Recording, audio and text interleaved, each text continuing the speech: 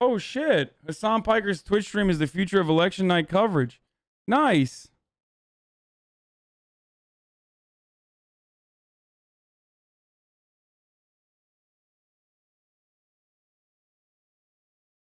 Oh, this is tight. Trying to figure out how to watch coverage of the election results as they rolled in last night was, as it usually is, a chore. Hasan Piker's 16-hour marathon Twitch stream was the only one that approached politics from a perspective that makes any sense to me. Judging by the peak of 230,000 viewers he had last night, I'm not alone.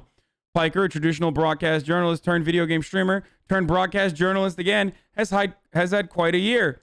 In 2019, Piker was still too controversial to make waves despite his burgeoning popularity. After streaming Among Us with U.S. Representative AOC, the time of Piker getting suspended from Twitch for his political comments seemed like a distant fantasy.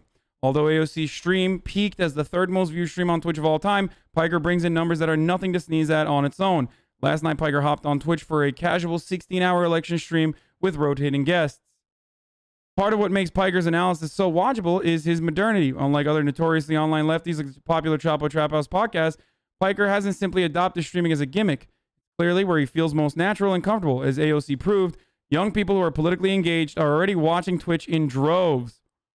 Piker is simply giving them a home where he will go over the news of the day as he babysits, he calls it, his viewers. You guys, I do babysit you guys. His fan base uses this space not as a place where Piker's word is law, but where Piker can answer questions and talk with him. They are devoted to him, though, and they have fan cams to prove it. Piker's appeal is not just in what he says, but in how he presents information.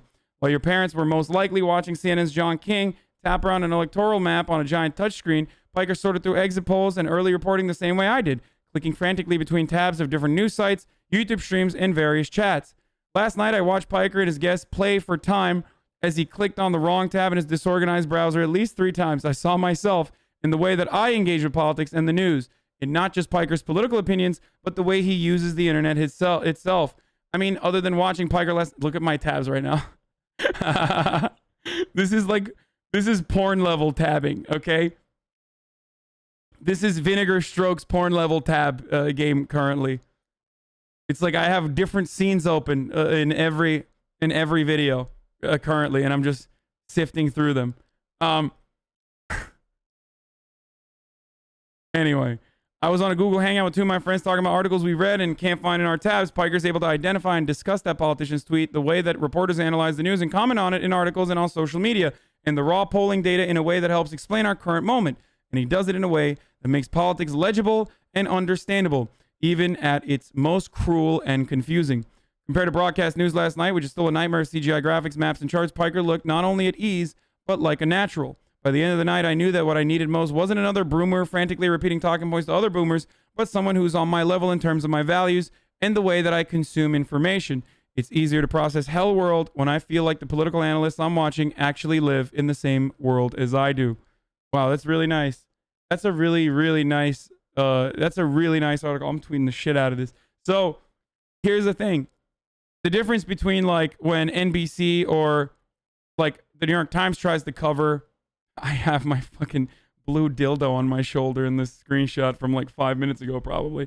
But the difference between this kind of coverage and like the way the New York Times covered it when they tried to cover like Miskiff and shit is that this is a person who is naturally in this community. This is a person who watches Twitch not just for her job, but because she likes it.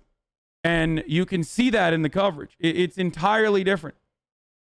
It's entirely different than the way that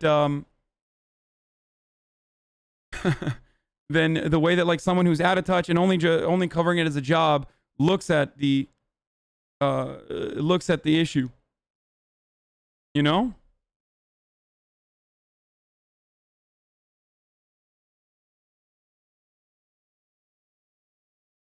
Wow, incredible.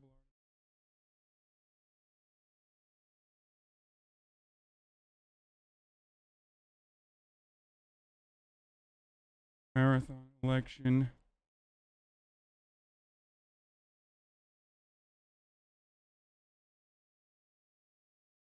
Love to see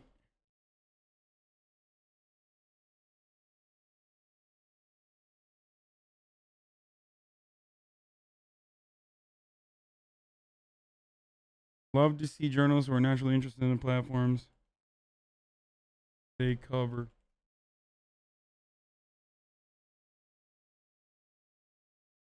Okay. I'm tweeting that. Go show this some love, guys.